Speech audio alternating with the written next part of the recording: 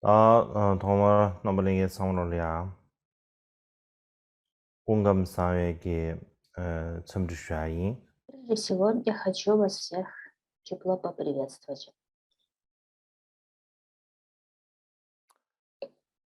다자매께서는 시래 아주 예동 Как 이즈지로리아 вы наверняка все знаете, 상어진제매기 в 군쉐지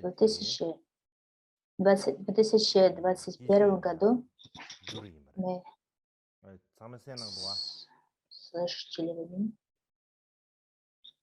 승거돼 아야 Итак, как вы все знаете, в 상어진제매 2021 군쉐지 году мы 기쉐스 규루아 изменили 규르제 데네 고장 젠데고디 название 로니게 룰리아 зимних 안에 지쉐지 учений Арикшемы на rilya весенние, sungshe весенние shenangda учения da sheshe Арикшемы. shaki jishi И karchadi horsana на lamdang протяжении kundin kiba последующих 2 лет mikyu dorji ki темой этих namdar учений leche были ma shadi ngame автобиографические ma shio стихи, da tingi ki kwanza автобиографические строфы jishi shaki благодеяния da tibisi и ya также восхваление он тщательно da искал, написанные восьмым mikyu dorji ki Кармапой Микью namdar Доржи. leche ma И dame ma niga оба lo этих текста, оба этих tsilu ki nambe tangwe автобиографических nambar восхваления mayimba tsije nambe это tangwe da поэтические cholope тексты. ki nambar Они tsije написаны ki в nambe форме tangwe стихов. direba diri shadi И они оба Dāna xīngi принадлежат Перу nāmdā līzhē mātā Микьюдоржи. dāme mā nīgā lō dzēngiān dī tsōmbā И bōdī yāng mī kī в Khurāng chādi них он не рассказывает о dā ngā датах sui kī nāmdā своей līzhē mātā жизни, dāme mā либо о nīgā kī nā lō местах, yā которые он lōsā dēr gī посетил dā и в tīshū nā lō которых yā он пребывал. dādū Но cērāng dī вместо kī этого sūsū он tūpa yā mā dā kāndī kūchū bā ясно yī sā rā bā и dā очень dā живо nā nā shīng kawā kawā phē bā yī bā dā описывает dī kī tī свои dādū cērāng rī dā nā переживания. shīng В основном это духовные dī lī yā phē bā переживания. yī dī lī shū bā yī Касательно sā того, dā как tī kī он kō tī dē развил sē понимание yō mā и постижение, Zu di namda di ni nan kar в yo re чем sana. заключалось его Miki du zi Khurang di устремление, kuzi nang lo la чему ya он себя chö di den посвящал, gi то есть каковы dami были kar chungba. его, Kodo его kade обеты, shi. каковы была Ta na его xin практика, gi Khurang di kuzi nang lo la каковы ya были ji его puje da мысли puje и каковы были kade shi. цели, к Kodo которым da mi он yu kade стремился. shi ya ba. Ta na Именно xin поэтому gi я ane считаю, что для людей очень важно pa nyam len da lang слышать len le chö di kuzi nang такие lo le истории жизни nyam len da lang len учителей, char жизни da lo ji. гуру. Ta ti zu kor di gi И sing lo ji. Ngui ngui jing это zen da sing приносит ye ba. большое благо. Ti gyun sen la tene tada mi gyu do ji nam tar ngi bo de la me gi nam tar da wa go su do lo bar de И be ka sa ti zu le ya ngone chane gi ta le важно, che shi что ji мы не chen do просто chi shi ti слушали yo re sam cha. эти истории, Ta но kap de liang ge применяли dung yun kun ni эти учения на практике. ta Именно в этом их dung yun kun цель, ni и об gi этом sung chi с chang ge такой sa ясностью nam в ge них so le ge shu ra говорится. sam cha. Dung yun kun ni gi И sung chi na lo ka re or sa na ta И di именно sik chang chi gi поэтому ma shu ma те, cha ra кто shu ma хочет следовать по Sedang пути гуру, chi эти lame gi namdar духовные dik истории, cham chang они de служат lame namdar наставлениями, kandar ji gumsung chaba sha наставлениями по yuen de ne ge практике. lame namdar tizu И, phulung gi chu yin na мы ji можем вспомнить ta zu bena mi ji liya phulung tar bi высказывание na ta йогина mi ji gi Дрогпа Кюнле, lawan di cheban что di он ani сказал takwe это nga ru gong sho по de de shi поводу ya биографии di sha учителей. de Вы de знаете, sha что de друг de ji Кюнле был phulung tar gong категоричный в sha ro своих ta kanda высказываниях. de du И он cheban сказал, di что Ani sungi nala биографии ya, жизни учителей такие tizi детальные, sungro seba такие chukro. строгие, что Sedang, они похожи на jingzu tang ma legi, юридические lame namdar контракты. tizu А, pulungi yigi В na них shingde. написано, в какой год, Lawan в di da, какой dawan месяц, digi, sedang digi то-то и nipo tela ya, то-то, teman di взял shingde. Ani de, займы столько и nekin di столько langba yin э, jishaba nang shite, килограмм uto bo shirang de. зерна и так далее. То есть Pena все te ya, это lame na, настолько pena точно 공군 описано 디디지글 в 봐. этих биографиях, что 공군 произошло в 디디지글이야. жизни учителей. 유전 디디지글이야. 패버긴. 제제 Это 디디 짱가 очень 패버긴. 디디 디디스안에 되네. узколобый 라마ချင်းподход. 딱 디디지 피송. 봐. 라마 첨부이나. Каждый день я 아, 그럼 получил 뷰가 то-то и 체에서 то-то, или 딱 디디 подал то-то и 피송사 то-то. 알아봐. 라마 И 춘주이나. 아니 если, 가르쳐라. например, 이루기 셔도 ученик 디디 пишет о 피송사 своем 알아봐. учителе, 다네 네 говоря, 디디 в 피송사 알아봐. такой-то 디디 конкретный день 디샤바. 디디게 라마가 я 들어가서. начал учиться с таким-то и 계시 таким-то 디디 짱가 учителем. И в качестве 딘데비. подношения, если 아 это 디디나. большой учитель, 아니 великий учитель, я 딘 поднес ему 아니 лошадь. 니마 А если это 수원에 대래 менее 따라 важный 카와 учитель, 디디 세비. я 아니 поднес 당고 ему 공다. 아니 배 столько, 가르쳐래. столько 산주난 килограмм 시실에네. 아니 зерна. 작은 디디 땅바 Нет 인샤 никакого 지게 смысла 주고서라. писать историю 디디 освобождения 주고지. гуру 아니 таким 데모사 образом. 마다베게 디디 На 라멘 что это 남다 похоже? 마다 Это 상바. похоже на то, если кто-то напишет, 디디 утром 송도가. я съел то-то 아니 и 잡으러 то-то 그래. на завтрак, а вечером 아 춘춘가 я 보다. отправился в туалет 아주 и 되게 покакал 수리하게 тем-то 됐어. и 닌디비게 тем-то. 여러 봐. 라마쳔버들 Просто 닌디비다. смешно. 다 니머를 가르가르 나가버데 봐. То есть 거기안게를 друг 주와. Пукенлев 다들 этим 켜들이 хочет 아니다네. сказать, что такое описание не 뭐야지. является историей освобождения. Это просто 다 смешно, 닌디 если 징에 кто-то 말다 닌디 описывает жизнь 디샤버드 духовного 징에 учителя таким 공유지. образом. 다 닌디 디즈나 마셔야 돼. И 가르에서는 마셔야 돼. 다 들인 지하가 들대 땅바인 지하가 когда 디나로라 묘 я 디디 жил 피소사. в 봐. Цюриху, 묘가 가르 피샤버 디즈가 то 터지. я мог видеть там очень 야, детальные 무슨 отчеты 수가? о жизни, 그들이 가사디 다 жизни 묘와 учителей. 피지에 상황을 Они 적어라. были похожи на 다 какие-то дневники. 세등위라 써봐 딘데게 배지 아주 귀여워 돼서 Если бы я вел такой 제안해라 дневник, 봐. я мог бы 다 в нем 유시라 записывать. 내대 봐. Сегодня я 스키가 провел 저와들래 встречу 인디사나 с 다 таким-то и 닌디 таким-то 가데 저거는 다 человеком. 귀여워 말아. Они 계산들 дали 쳐. мне, они сделали такие и такие 가져다지. подношения. Я сказал им то-то и то-то. 시기 То есть 잘한다는데. это такой 내가 춘춘가래 список, 셈버스야. нужно 잘한다는데. записывать 아니 수간데 все 저래 это 하나 золото, 어디 캔상 серебро, 슈르도 которое 되지. кто-то 어디 내용 말아. подносит. 세상 근데 제 윤디사네. 제 И, 알라메 남다 망버지 и, 다 가르쳐. 묘와 проблема в том, что 피럽다. 근데 обычно о 다네 таком пишут, 신기지. когда больше нечем 파스 написать. 페브르브르 근데 И, 강강 지샤베서. 근데 차 윤디사네 к 아디 примеру, 지 когда 야랑 когда я 거바메. был 마ленький, ко мне 근데 윤디사네 приезжали 라메 иностранцы, 남다스야. иногда они 라메 привозили мне 남다스 갈래야. какие-то 라메 предметы, 남다스야. игрушки, 루기기 либо 토레야. электронные 그루기기 штуки. 총림 잠시 И 메인바. ламы, 겐데 помощники, 진주 они 속에 даже не 셈르기 знали, что это такое, что они мне давали. 미그지 И тем не 겐시다. менее, они пытались 야가 это 다 как-то 푸나 описать в этих, 배양도. в 디셰다 этих дневниках, 또와들이 которые 디다 치매 они 된주베기 вели. 미그다사로. И, 디지 конечно же, духовная история 우와 учителей 라멘 남다스. не 또 должна 라마 코란라 сводиться 남다 들리기 лишь к 매나 этому. 뜻없이 Это 요마라. не 지금 просто 매바 지랑 아주 историческая 주수 제나 아주 딩마로. хроника. 다 라마 코란라 Это, 덴데비지 계준 상솜다. это должно 계산 быть 검색도 чем-то, 남다로. что 딘디지 приносит благо тем, кто 유기 будет 야 это 템버디 читать. 셰셰. Такие 라마데 묘기를 истории 갱가 피샤. должны 아니 디디 способствовать 라멘 남다기 거바데 봐. 셈비. возрастанию веры, преданности 그래도 в 라멘 умах 남다르세야데 учеников. 아주 중송기 И 찌다더버지 차소나 그러요. это что-то, 인지미지다 что 다들 должно 거기 주는 приводить 거지. к увеличению их благих качеств. 덴덴 진주 Именно 속에 тогда в 라멘 такой 남다르세야지. истории 세미냐 будет полезно. 벼지다. Только тогда 대바도 다나 в таких 벼기 историях 주는 будет 좋아지. какой-то смысл, только тогда они 디제다 будут 쪼아디오이 полезными. 그런 좋아지다. 니들 치매기 된 주야게 좀 미베다사 В обратном 미베야 случае 교샤. это 어다 딘데기 просто 딘데 похоже 개좀 на 샤디고. какой-то аудит, бухгалтерскую 다 книгу, 간거야 미기도 지게 남도 сколько, 링이 못해 что 덴드비다 и 개셔 когда 주지 кому кто 메다 дал, 쇼르 누구 사파. сколько 다 чего и когда 간거야 кто-то 거리 получил. 미기도 지 남다 링이 Это 못해 не ведет 지수인 к 니토할 거리 지수인 взращиванию 니토할이야 веры 용수 и 투비하게 뭐 преданности. 주의. 다 Это 개지 не 다 дает, не 가서 지수의 представляет 디버디 디제디 примера 슈디 того, 더리 как 덴데 следует 시베더리 вести себя в 게바디 있어. этой и в последующих 당 жизнях. 당보다 내가 좀 뭐야 막 또 뒤수 빠르네.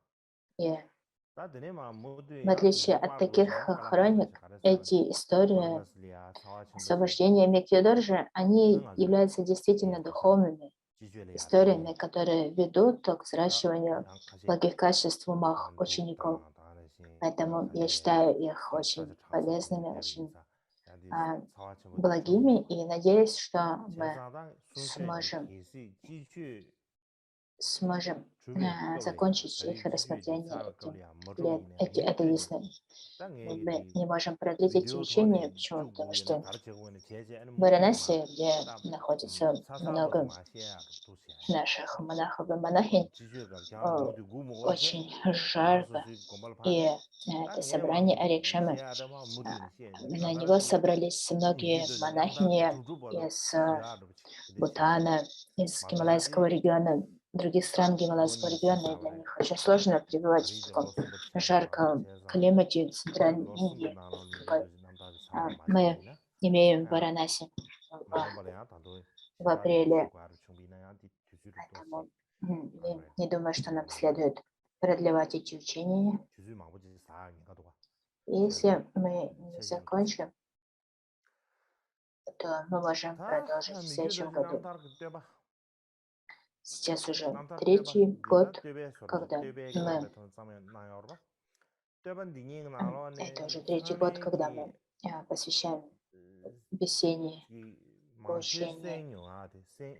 Поэтому я бы хотела, конечно, закончить и уже в следующем году начать что-то другое, что-то новое. И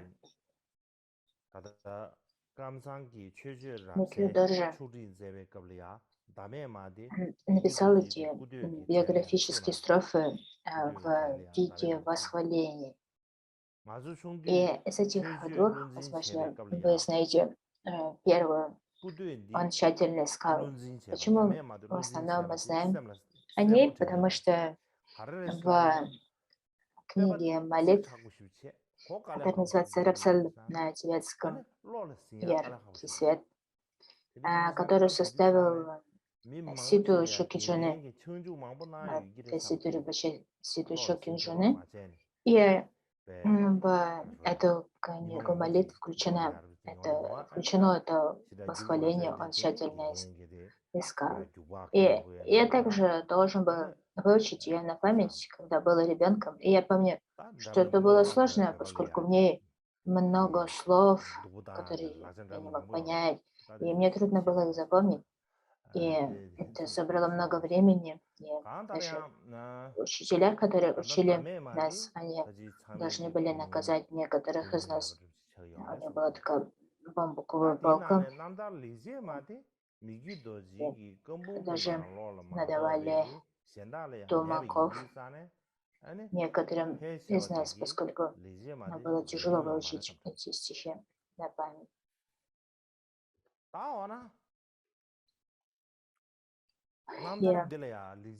Итак, вы наверняка слышали о восхвалении, он тщательно искал. Однако второе автобиографическое восхваление, благодеяние, это то, что наверняка большинство из вас никогда не видели до того, как мы начали изучать их на весеннем собрании Ария-Кшамы.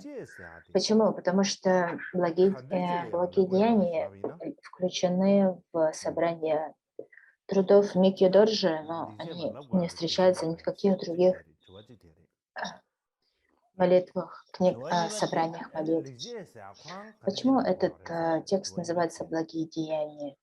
Что вообще означает это выражение «благие деяния», «добрые деяния»?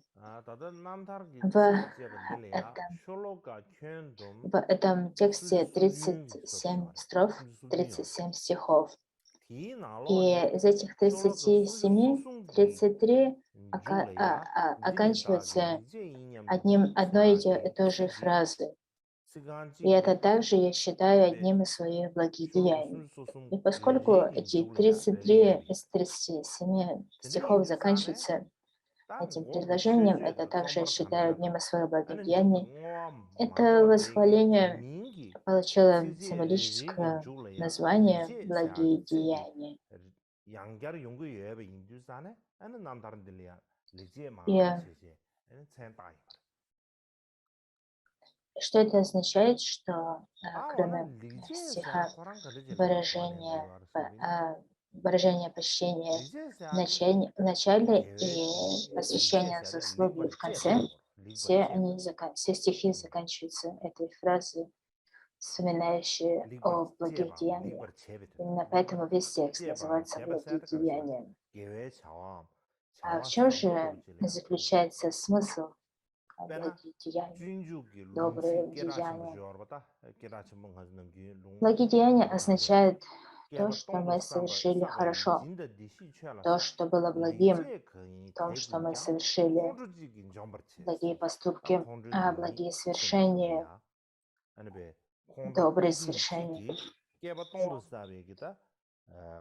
Например, есть очень известная строфа в Мадхичаре Аватаре в 6 главе, посвященной терпимости, терпению, что один момент гнева разрушает благие деяния, собранные на протяжении 1000 кальп, таких как совершение по отношению к Буддам и прочее. Это упоминание о благих поступках, например, к совершению по отношению к Будде. Также в Абхидharma Коше говорится, что благие деяния — это то, что является чистым. Тогда это то, что является добродетелью. Недобродетель, в свою очередь, это недобродетель тела, речи и ума. И это то, что совершается под влиянием обращения. И таким образом мы видим определение, что такое благие поступки. Это те, которые совершаются с благой мотивацией, а негативные поступки — это те, что совершаются с негативной мотивацией. То есть все неблагие поступки тела, например, убийство и прочее, это то, что осуждают великие благородные существа, а также это то, что приведет к созреванию негативных кармических плодов в виде страдания. И что же отлично от этих неблагих деяний? Это благие поступки, например, совершение простираний, подношений и так далее. Почему они благие? Поскольку они ведут к очищению тела, они очищают речь, и они очищают ум. То есть они очищают наши трое врат. Почему они называются теми, что очищают? Потому что они очищают обращение и очищают последствия негативных поступков в теле, речи и ума, очищая их либо временно, либо постоянно, в абсолютном смысле. Поскольку они способны очистить все эти негативности тела, речи и ума, благие деяния называются теми, что очищают, очистителями, очищающими. И благие поступки — это что мы совершаем для того, чтобы изменить наши склонности к негативности и очистить свои негативные поступки. Таким образом, эти благие деяния означают благие поступки, которые мы совершаем с помощью тела, речи и ума.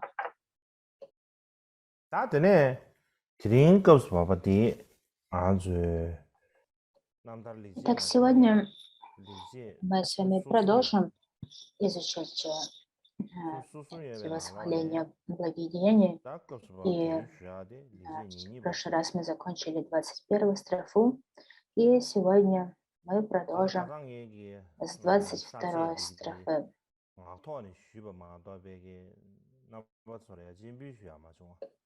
том, что касается структурного содержания,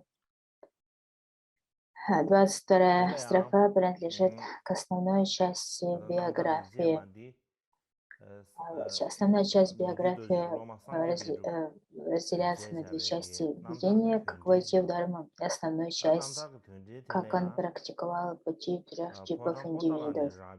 Будет, наверное, полезно, если я покажу вам слайд со структурным содержанием, когда у вас будет графическая картинка этой структуры. Это структурное содержание, как я уже объяснял, принадлежит помощнику Митью Доржи по имени Сангья Балджу. И есть две рукописи. Одна из Поталы и вторая из монастыря Дрипунг. И эти два манускрипта, две этих рукописи очень сильно отличаются. И я полагаюсь на структурное содержание из рукописи, сохраняющейся в монастыре Дрипунг. Итак, если мы взглянем на структурное содержание, то в нем три основные части. Это выражение почтения, обещание сочинить, основная часть биографии и завершение, либо заключение. И мы сейчас с вами на основной части биографии. Основная часть разделяется на две части. Это введение, как войти в Дharmu, и основная часть, как он практиковал пути трех типов индивидов. Мы с вами закончили в прошлом изучать введение, как войти в Дharmu. И сейчас мы с вами изучаем пути трех типов индивидов. Пути трех типов индивидов – это пути индивидов малых способностей, индивидов средних способностей, индивидов высших способностей. Мы сейчас изучаем третью часть, как он практиковал путь индивида высших способностей. Это, в свою очередь, разделяется на три части. Намерение зарождения бодхичитты, действие созерцания двух типов бодхичитты и как он упражнялся в предписании двух типов бодхичитты. Из этих трех мы сейчас на второй части – действие созерцания двух типов бодхичитты, которое, в свою очередь, разделяется на созерцание относительной бодхичитты и созерцание абсолютной бодхичитты. И мы с вами завершили рассмотрение созерцания абсолютной бодхичитты, 21-ю строфу вчера. И сегодня мы переходим к следующей части, как он упражнялся в предписании двух типов бодхичитты. Это строфы 22 до 33 строфы. И первое из этого – это то, как он практиковал 6 парамид. Щедрость, дисциплину, терпение, усердие, сосредоточение и мудрость.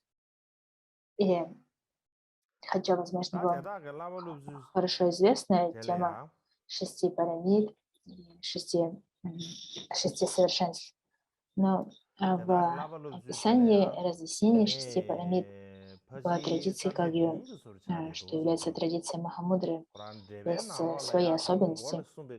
Поэтому нам следует также рассмотреть и эту тему.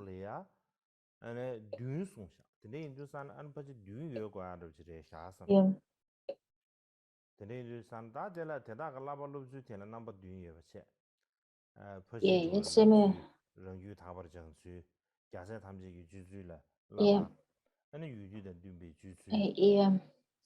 есть одно несоответствие. Если мы смотрим на структурное содержание, то в нем эта часть, как он упражнялся в предписании двух типов бодхичитты, состоит из 6 частей. Однако сам текст, он содержит 7 частей. Поэтому, возможно, нам следует считать, что в этой части 7, а не 6 частей. Каковы эти 7 как он упражнялся в 6 пирамидах, как упражнялся в очищении своего естества, как он упражнялся в практиках бодхисаттвы, как он поступал в соответствии со временем и местом, как он поступал в плодотворных и бесполезных ситуациях, как он обрел 2 блага в силу преданности, и как 6 типов ясновидения помогли ему принести благо другим. Это те 7 частей. И первая из них — это как он упражнялся в 6 пирамидах: щедрости, дисциплине, терпению, усердию, сосредоточению и мудрости. Первая из них — это пирамида щедрости. Строфа, посвященная щедрости, строфа 22, гласит: «Когда мой ум объединился с пониманием бессамостности, хотя низшие материальные вещи внешнего мира и не существуют как богатство, объект цепляния за «я», чтобы обогатить своих матерей, я собрал все, что только можно пожелать. И это также я считаю одним из своих благих деяний».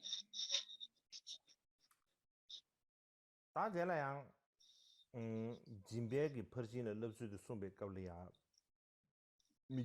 иногда мне кажется, что полезным также давать пословные комментарии, то есть комментарии на каждое слово коренного текста. Однако мне никогда не хватает времени также разъяснять слова, и поэтому я лишь разъясняю их смысл. И в чем заключается практика щедрости? В собрании работ Микки-доржи есть наставление по тренировке в истории освобождения. Такой большой трактат. И в этом тексте говорится, что главная причина, чтобы благие корни добродетели бодхисаттвы станут, такие как щедрость и прочее, станут путем к просветлению, либо нет, зависит от относительной бодхичитты, а также абсолютной бодхичитты, мудрости, которая распознает пустотность. В особенности, если бодхисаттвы наделены мудростью, которая распознает пустоту, шуньяту, то тогда у них не будет привязанности к вещам, как «я» и «моё», и они смогут без труда обрести бесконечные вещи. Если у нас есть, если мы постигли смысл, этот смысл того, что все явления не являются одинаковыми и не являются различными, то тогда мы обретаем постижение самадхи, которое называется самадхи небесной сокровищницы. И в силу этого самадхи мы обретаем способность создавать эманации, посылать эманации, трансформировать различные вещи, как различные явления. Все эта способность, она обретается с помощью обретения мудрости, которая постигает пустотность, постигает того, что все явления не являются одинаковыми и различными. Это то, что называется небесной сокровищницей. Почему она называется небесной сокровищницей? Это то, что никогда не может быть исчерпанным. Это бесконечный резервуар способностей и качеств. И благодаря этому постижению мы обретаем такие качества, как бесконечная щедрость и прочее. И именно поэтому бодхисаттвы, которые достигают такого постижения, обретают это самадхи небесной сокровищницы. и никогда не могут исчерпать объекты для практики щедрости и другие. И ничто не может привести их в низшие миры самсары. И все, что они делают, оно приносит большое благо другим. Почему? Потому что все, что эти бодхисаттвы дают другим, как практика щедрости, все это развивает их благие качества и приводит их на путь освобождения. И это качество активности бодхисаттв. И поэтому, если когда мы слышим об этом, у нас зарождается желание, да, обрету я это самадхи, небесной сокровищницы, то следующий вопрос, как достичь такого постижения? А главное для такого обретения это, что когда мы пребываем в самсаре, то нам не следует цепляться к своему телу, к своему имуществу, как к чему-то постоянному, неизменному и наилучшему. Нам не нужно цепляться за них, как постоянными и неизменными. Что нам как нам следует относиться к ним? Нам следует воспринимать их как мед на лезвии ножа. Представьте, что на остром ноже намазан мед, и вы пытаетесь слезать этот мед. Этот мед очень сладкий и вкусный, но поскольку лезвие ножа такое острое, когда мы пытаемся слезать мед, мы неизбежно пораним, разрежем свой язык и испытаем боль. И все удовольствия самсары, хотя они и кажутся такими привлекательными, такими восхитительными, но чем больше мы используем их, тем больше мы цепляемся за них, тем сильнее становится наше обращение. И чем сильнее наше обращение, тем больше негативности мы создаем, и в результате тем больше негативной кармы мы накапливаем, что в свою очередь созревает как страдание. Поэтому вместо того, чтобы воспринимать все вещи в самсаре как что-то важное, нам следует видеть их как пузыри на воде.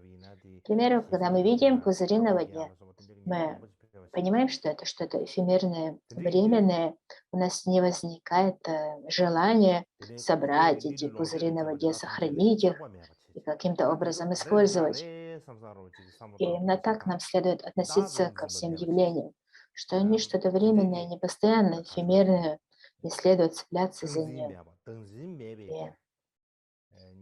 Если же мы считаем явление истинно существующим, то это провоцирует наши негативности, такие как зависть, желание, соревновательность и так далее.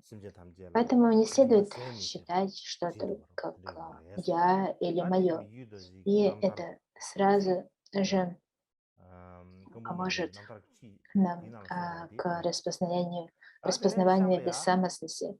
Таким образом, мы будем постоянно упражняться в бессамостности.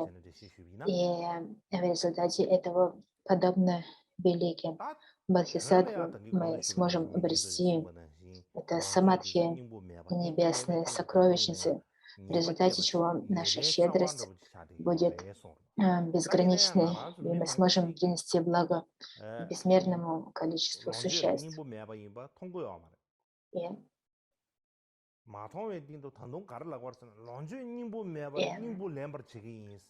что же говорится в комментарии разъяснения смысла этого стиха в трактате Сангья Фалдрупа? Говорится, что поскольку люди не относятся к вещам как эфемерным и истинно несуществующим. Наоборот, они наделяют все эти вещи смыслом. Они думают, что если мы сможем использовать все эти вещи, тогда они будут иметь смысл.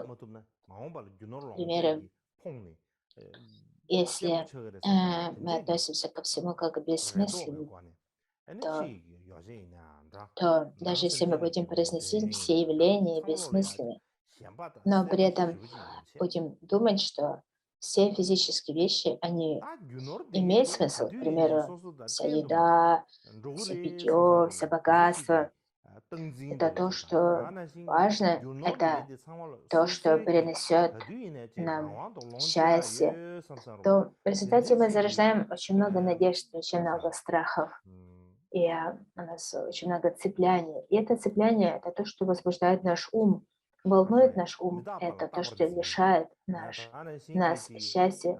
Почему? Поскольку потому что если мы имеем что-то и цепляемся за то, что мы имеем, то у нас сразу же возникает желание всегда иметь это, никогда не утерять это, и всегда иметь возможность использовать это так, как я хочу.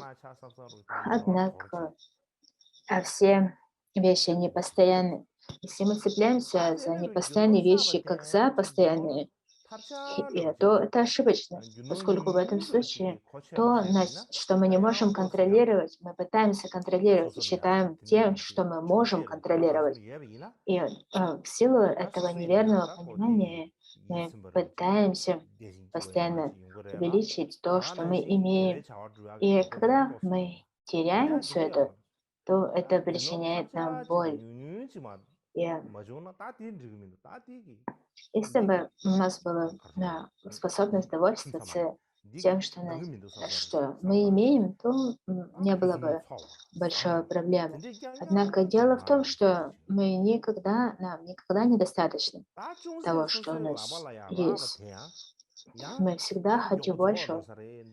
Если у нас немного есть немного богатства, есть какие-то второстепенные вещи, которые мы можем обрести, то все это нас не удовлетворяет. Мы хотим лучше и больше. Если у нас есть немного чего-то, то у нас сразу возникают страхи. Это все быстро может закончиться, поэтому поэтому мне нужно больше. Это недостаточного качества, оно может поломаться, мне нужно нужно приобрести что-то лучшего качества. И эти страхи, опасения, ожидания бесконечны. В результате мы вовлекаемся в негативные поступки, мы даже не стыдимся поступков с моментальным созреванием. К примеру, это то, как люди вовлекаются в уголовную активность, различные виды махинаций, которые основываются на обмане других. И они накапливают столько всего, что все это невозможно даже использовать, попробовать и померить на протяжении одной жизни. И, и, и все, к чему стремится такой человек, это обрести богатство в этой жизни. Они даже не думают о последующей жизни. Все усилия, они посвящаются лишь этой жизни. Это такое сильное устремление, что все свои усилия я посвящаю накоплению богатства этой жизни. На дарму совершенно нет времени. Почему? Потому что все наши стремления направлены на мирские вещи, заработать денег, приобрести что-либо. И это таким образом у нас внутри возникает это сильное стремление. И это касается не только мирян, но это также касается и монахов. К примеру, ламы в монастыре, могут думать: «Ой, я построю статуи, Святой Ринпоче настоятель монастыря», может думать: «Ой, я обеспечу монахов монастыря, я, я соберу десятки тысяч долларов для обеспечения монашеской санки». То есть, когда мы смотрим на такие стремления, они могут казаться благими. Почему, к примеру, потому что кто-то хочет что-то сделать для блага других, для блага сангхи. Однако на самом деле все это приводит к возрастанию привязанности. Даже если эти суммы денег собираются, то их очень сложно потратить. А если они тратятся, то затем возникает сожаление: «Ой, я потратил все деньги, которые я собрал». А если мы сожалеем о совершенной щедрости, то этот огонь сожаления, он сжигает всю заслугу, всю ту добродетель, которая была накоплена с помощью практики щедрости. Все это уничтожается. Вся эта добродетель, которая была накоплена, если она не посвящена, посвящена просветлению, то лишь мгновенное сожаление разрушает все эту накопленную добродетель, и эта добродетель не сможет созреть как благой результат, благой плод. Именно, именно по этой причине важно не цепляться за внешние явления как истинно существующие и важные, а видеть, как все это эфемерное и непостоянное. И на этом давайте сделаем перерыв на полчаса.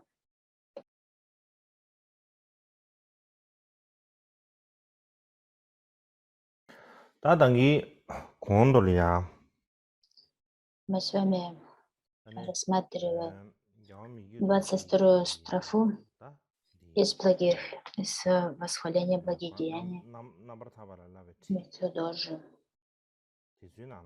И в этом контексте мы с вами до перерыва обсудили, как это описывается, как эта практика слушания истории жизни учителей описывается в его разъяснениях, наставлениях слушания истории освобождения. И так в нем говорится о том, что нам не следует цепляться за вещи как настоящие, истинные, неизменные, поскольку то, что у нас есть сегодня, мы можем потерять завтра.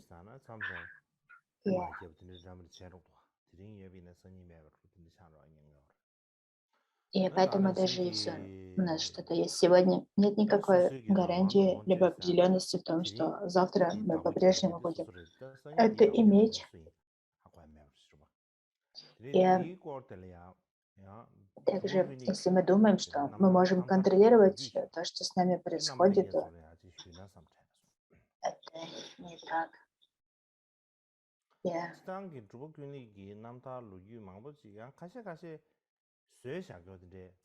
Есть одна история о жизни Друкпа Кёнле.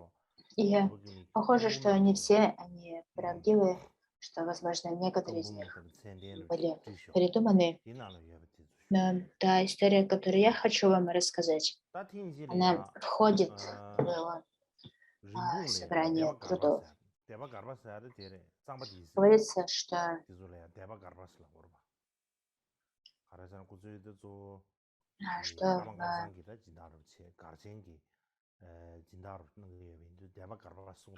был один род, род называемый Гарбом, и глава этого рода был спонсором многих лам, включая лам Карма Камсанга.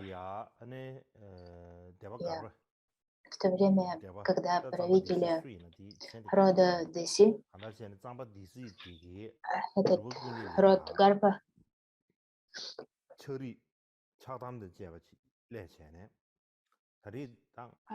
этот род Гарпа с ними постоянно боролся. Как-то глава этого рода Гарпа написал письмо Друкпа Кринле, в котором было написано, что ты должен прийти ко мне. И когда Друкпа Кринле получил этот указ, то говорится, что он одел. Вместо того, чтобы идти к владыке Гарпы, он отправился к владыке Депи, другого рода Деси. Он одел костюм, гобу и пошел в это место, где проживал владыка рода Депа. И когда он подошел к воротам, на которых стоял охранник,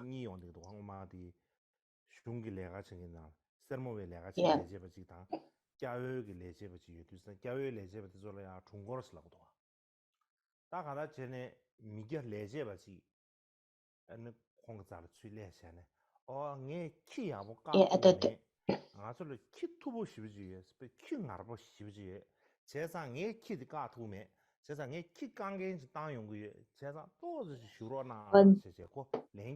он не пустил, этот охранник не пустил Друкпа Кринле, и Друкпа Кринле не мог прийти силой, поскольку во дворе были большие собаки.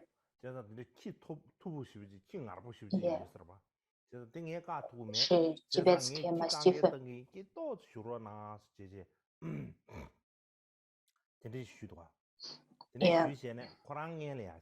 И тогда Друкпа Кринле попросил его все-таки пропустить. И этот охранник не соглашался. И тогда Друкпа Кринле пытался прийти силой, и эти две собаки, одна из них была белая, другая черная, они накинулись на Друкпа Кринле. И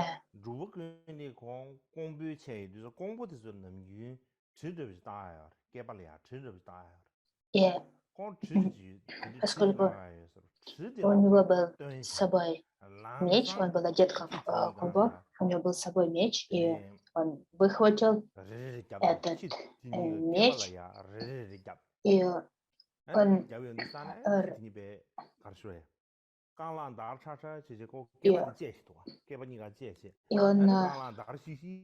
ударил этих собак мечом и убил их, и разрубил их наполовину. Затем взял половину белой собаки и соединил с половиной черной собаки, и первую половину черной собаки сохранил с задней половины белой собаки. Таким образом, он сделал из этих двух одноцветных белой и черной собаки две собаки, которые были цветные, черно-белыми. При этом он сказал, что одноцветная собака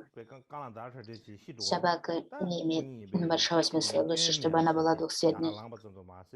И когда он соединил их, эти собаки, они сразу же жили, и все могли видеть это. И все сказали, это просто невообразимо. Ты смог разрубить этих собак на половинки и соединить их снова. И мы принимаем в тебе прибежище. Прошу, даруй нам благословение. В ответ на это Друкпа Кринле ответил: я сумасшедший Друкпа Кринле, поэтому вам не следует смотреть на то, как и что я делаю. В этом нет ничего удивительного. Есть намного более удивительные вещи в мире. Что же, вместо того, чтобы принимать во мне прибежище, просто начитывайте мани-мантру, это принесет вам большее благо. И при этом, когда он сказал это, он пытался, он исполнил танец мани-мантры, он читал мантру и танцевал. И когда он пел эту песню, этот владыка дома вышел вместе со своими слугами, и они все присоединились к танцу друг по другу. И все присутствующие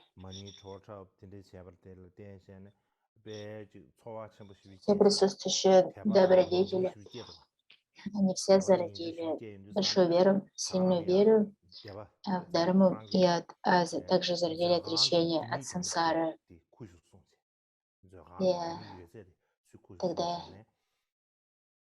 главный покровитель, главный спонсор, он взял ключи от сокровищницы и отдал их друг Бакунле. И сказал, выбери любой ключ, все, что ты сможешь найти в комнате, который этот ключ откроет, ты можешь забрать себе. И таким образом он предложил ему эти ключи. И когда друг Бакунле выбрал один ключ,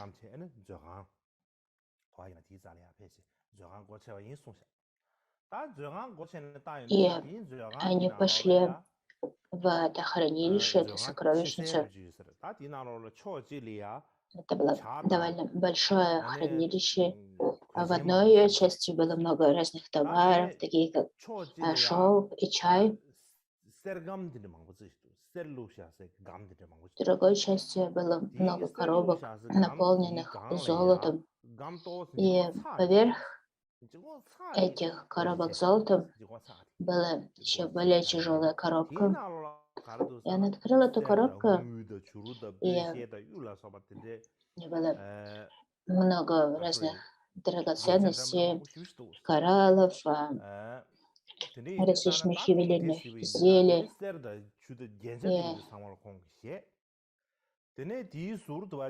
Он взял все эти украшения, и также там был такой струнный инструмент, похожий на лютню. И он также взял его и ее, и друг Бакунле одел все эти украшения на себя.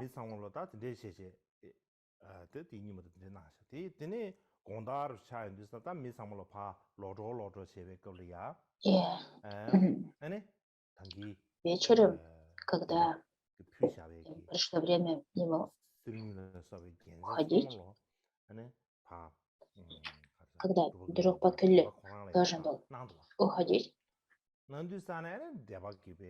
тогда друг Бакунле вернулся это владыке, не хотел забирать. Владыка настаивал, говорил, возьми это, мне нужно накопление заслуги. Друг Бакунле отвечал, это мне все ничего не нужно. То в чем смысл этой истории? В том, что друг Бакунле носил их какое-то время на протяжении этого дня, но вечером вернул. Таким образом, он хотел показать, что если даже у кого-то есть что-то, это не значит, что оно будет с ним всегда. И обязательно рано или поздно все это будет утрачено. И чтобы проиллюстрировать это, друг Бакунле спел песни, которые поются, что если вы взглянете на золото и серебро, оно так красиво блестит, оно кажется таким привлекательным. Но в один день все это вы утеряете, и в этот день, когда вы это утеряете, вы будете в большой печали.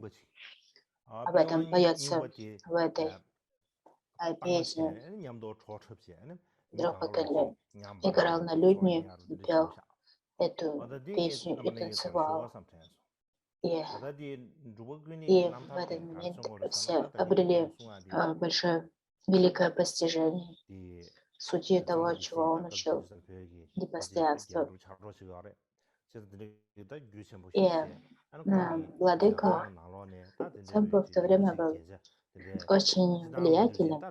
Можно сказать, что он был самым влиятельным местным монархом, местным правителем. И если бы он что-либо дал кому-то другому, они бы обязательно забрали это. Однако Друпагильни совершенно не желал всего этого. Его просили взять это, и он отказывался. Мне не нужно это все, говорил он. Он не был, как все другие люди. Когда ему сделали это подношение, он принял это подношение, одел все эти украшения на себя. Однако в конце дня он все это вернул.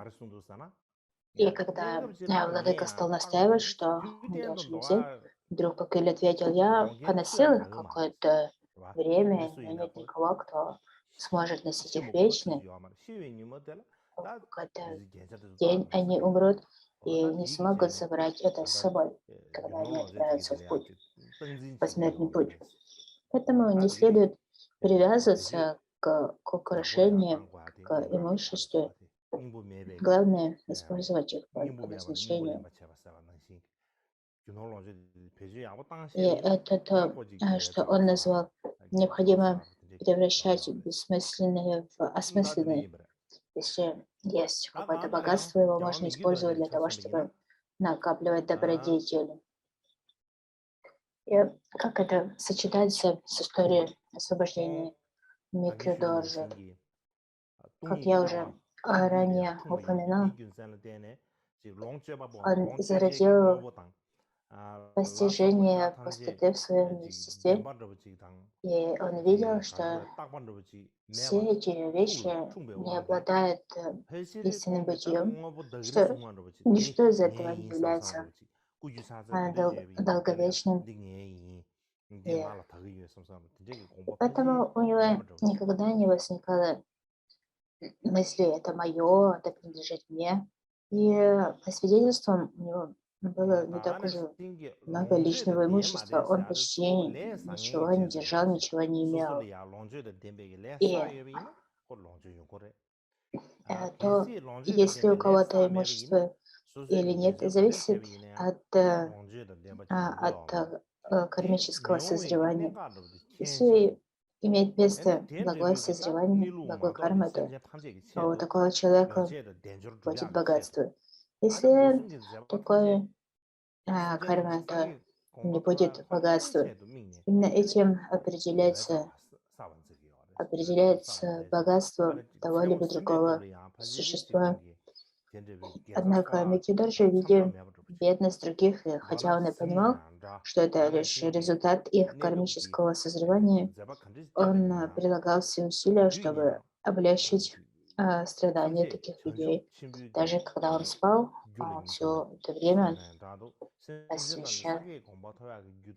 посвящал практике. Он говорил, что любая минута жизни является минутой на пути к просветлению для блага существ. Но поэтому он никогда не терял времени, никогда не делал ничего бессмысленного. Он всегда вовлекался в активность, которая приносила благо другим. И такая деятельность на благо других — это не было чем-то новым, что он совершал в этой жизни. Однако в прошлой жизни он накопил великую добродетель, что позволяло ему совершать такие деяния на протяжении этой жизни, как Микки-доржи. И как вспоминали его ученики, к примеру, если мы хотим накопить богатство, то в наши дни есть много различных способов стать богатым. Однако в прошлом не было уж так много таких способов. То есть нужно было либо заниматься торговлей, торговать, либо быть успешным фермером, продавать свою продукцию, либо быть духовным лицом и наживаться за счет подношений. Микки-доржи он не был торговцем, он не был крестьянином, не был фермером, он вообще не прилагал никаких усилий для того, чтобы разбогатеть. Однако в силу созревшей заслуги, накопленных в прошлой жизни, все эти богатства естественным образом, без усилий, стекались к нему. Он накапливал все эти богатства, даже не стремясь к этому. И не только он сам, но даже если человек становился помощником Микки-доржи, в силу заслуги Микки-доржи, этот человек также он богател естественным образом, без любых усилий. Это было похоже на то, как кто-то хочет собрать камни с дороги. На дороге везде есть камни. Нет необходимости прилагать усилий, чтобы их найти. Точно так же и без усилий даже его помощники, любые люди, кто вступал с ним в какие-то отношения, не обретали богатство. Кроме того, говорится, что любая местность, в которой Микки-доржи останавливался, либо ночевал, все эти земли, они также становились богатыми и процветающими. В них никогда не было голода и эпидемий. Поэтому в Тибете возникла пословица, которая гласила: «Никто не может сравниться с Кармапой в богатстве. Никого нет богаче, чем Кармапа». Однако к нему приходили много разных людей со всего Тибета, а также из Китая, из Монголии. И также многие приходили из других стран, чтобы учиться у него. Как я уже рассказывал, что во время проведения Кагьяма Ламы собирались дагни, и собирались божества, и они приносили все эти восхитительные подношения. Кроме того, люди приносили подношения от правителей Китая, Монголии.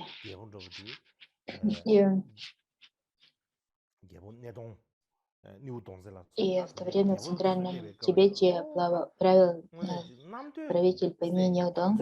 И однажды он посетил это молитвенное собрание, и когда он увидел все эти богатства, он был совершенно поражен.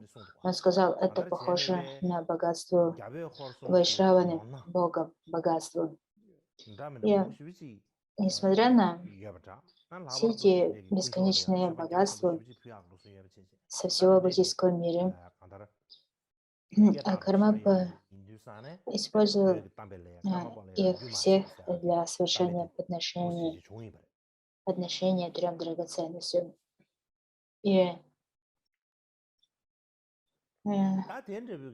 кроме того, он никогда не стремился как-то беречь все эти богатства, все эти подношения. У него не было никакой привязанности к этим вещам, и он совершенно спокойно отдавал все это другим людям. И кроме того, есть свидетельство о том, что довольно часто другие люди, даже без разрешения Кармапы, забирали какие-то богатства у него. Как я уже рассказывал в прошлом году, во время правления династии Минг в Китае император династии Минг пригласил к себе Кармапу, и по случаю этого визита ему совершили великие подношения. Однако, если мы взглянем на описание, на этот объем всего, что было поднесено,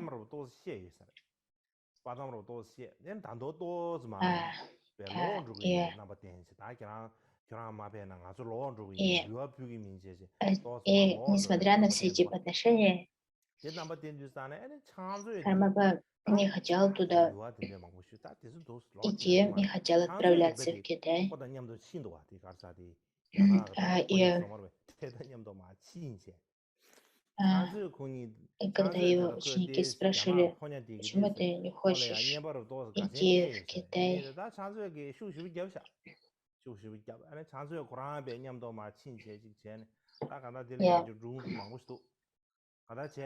они вынуждали его отправиться в Китай снова, но Кармапа отказался. И в результате также, когда отправились все эти подношения, которые мы совершали, некоторые из них были украдены, другие были утеряны. То есть Микки-доржи никогда не прилагал усилий для того, чтобы как-то хранить и беречь. И в результате большая часть этих подношений императора династии Минг, они были утеряны. Нет, их не было. Они не остались в каких-то сокровищницах монастыря и так далее. И почему так происходило постоянно? Потому что многие люди забирали какие-то вещи, богатства у него, и Микки-доржи никогда не прилагал усилий для того, чтобы найти их, вернуть украденное. И люди, которые пребывали с Микки-доржи какое-то время, когда они уходили, они уносили с собой много всего. И другие, когда видели это, они не могли вообще это принять. Они говорили, это просто ужасно, как человек мог забрать столько всего, когда уходил без разрешения. И этот или тот находились тут долгое время, получали учения и так далее, а затем просто ушли и забрали столько всего с собой.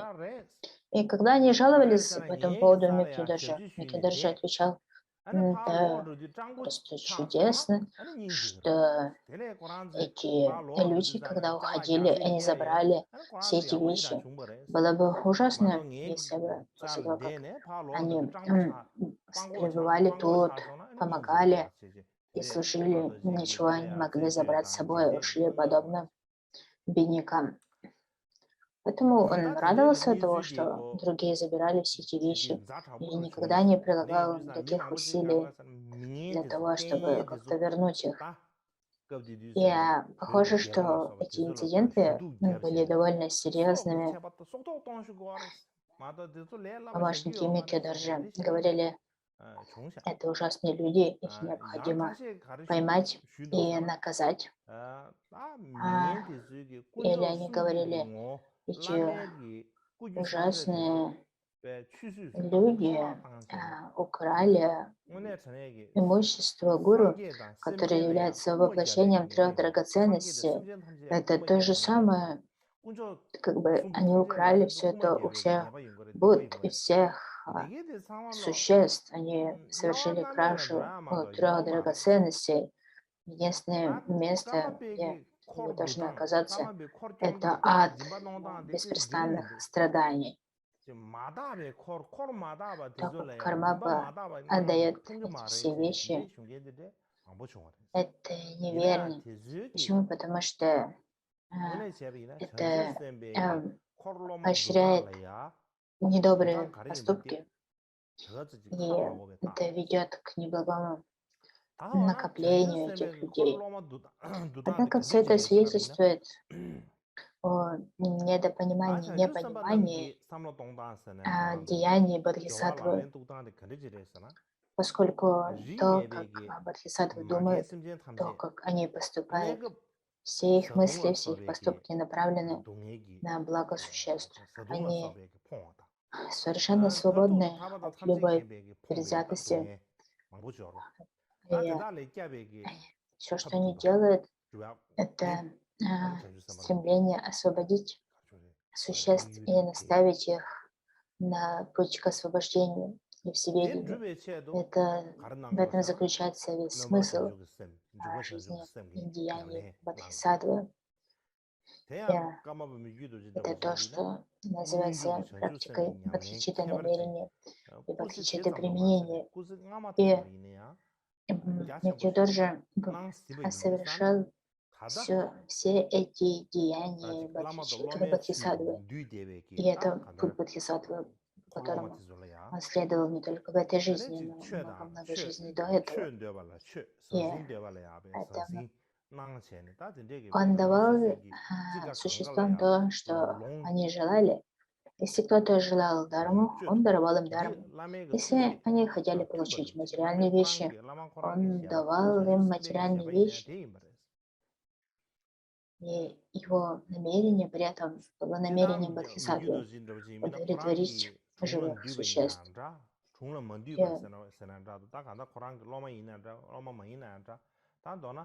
И независимо от того, был ли какой-то человек его учеником или нет, любое существо было для него матерью, было тем, кто ничем не отличался от его собственной матери. Поэтому он пытался освободить всех существ от бедности и наделить их счастьем. И в этом и заключалось его единственное намерение. Не стремился ни к чему другому. И он никогда не относился ко всему этому как мои вещи, мое имущество утеряно. Он никогда не чувствовал себя обиженным, что у него что-то такое забирали, что ему принадлежит. У него никогда не было даже такого отношения к этим вещам, как к моим, принадлежащим мне. И не только это, несмотря на сколько его богатства у него крали, тем больше сострадания он чувствовал к этим существам. Вместо того, чтобы жаловаться на них, он чувствовал к ним сострадание. И иногда для того, чтобы применять искусственные методы, есть необходимость наказывать других, но лишь как искусственный метод.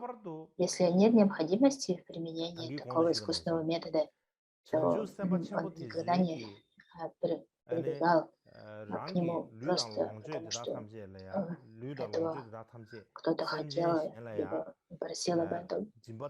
И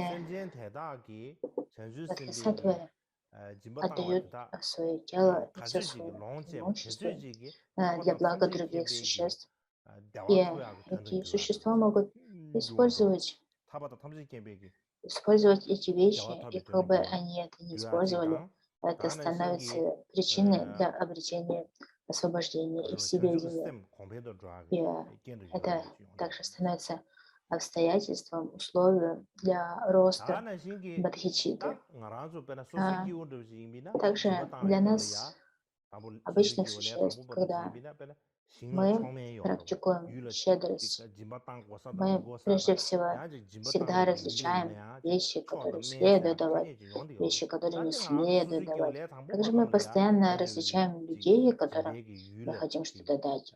Люди, заслуживающие на это, люди, не заслуживающие на это, и так далее. И мы всегда проводим различия между теми вещами, которые мы даем, а также теми, кто получает эти подношения.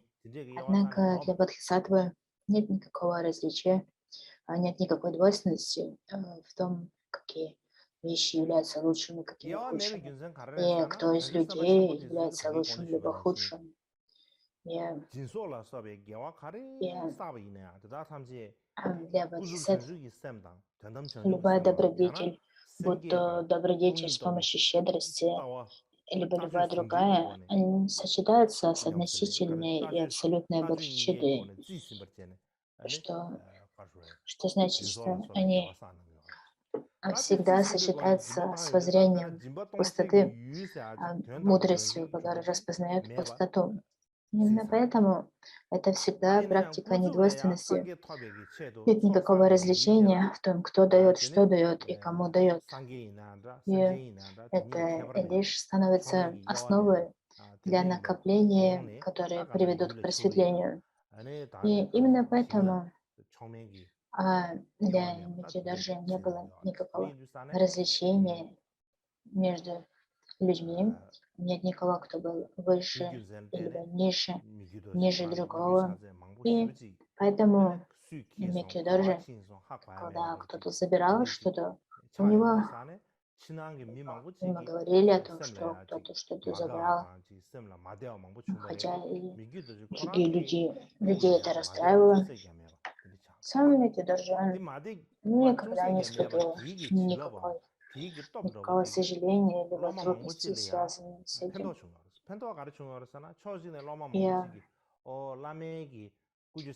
И также его ученики, когда видели, что это его совершенно не заботит, это также было для него учение, поскольку видели пример сострадания, которое он испытывал к другим существам.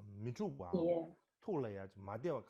они видели, что как бы плохо другие не поступали по отношению к нему, он никогда не отвечал на это с гневом и негативностью. И это становилось причиной для роста веры и преданности к нему. Поэтому в том, что касается практики щедрости, сам Микьёдоржи, он давал беспрестанно, к примеру, если взять Великий лагерь Кармап во время жизни Микьёдоржи, то похоже, что его окружали тысячи людей, и Микьёдоржи давал им беспрестанно. Он давал им материальные вещи, защищал их от бедности, обеспечивая все, что им было необходимо. Также он обеспечивал санхи монастыри, он давал им еду, давал им одежду и все, что им было необходимо. Кроме того, Микьёдоржи отличался особенным состраданием к больным.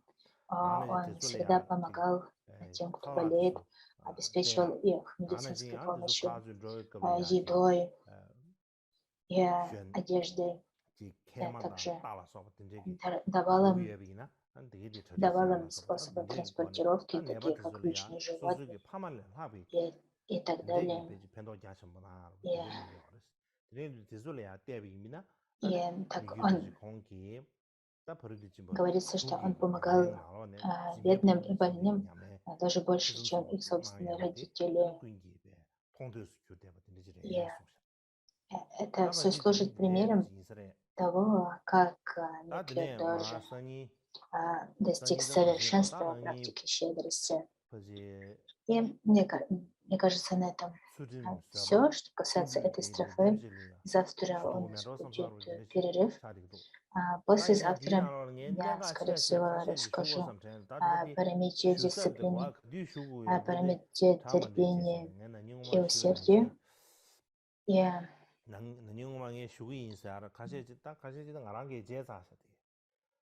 есть также еще остается несколько вещей, о которых я хотела рассказать в прошлом году, но у меня не было времени. Например, я обещала рассказать о великом лагере Кармаб, а также о черных пилюлях. Есть, и почему они важны, поскольку эти черные пилюли связаны активностью Микью Дожи и его, также его учеником был Шамар Кунчок Янлак, пятый Шамар, и он был воплощением четвертого Шамара Ринпоче. И у четвертого Шамара было два воплощения. И необходимо рассказать о том, как Микью Дожи выбрал одну из них и что произошло с другим Шамаром. И все эти темы о чем я хотел бы также рассказать. Почему? Поскольку это что-то, на что нам следует обращать внимание.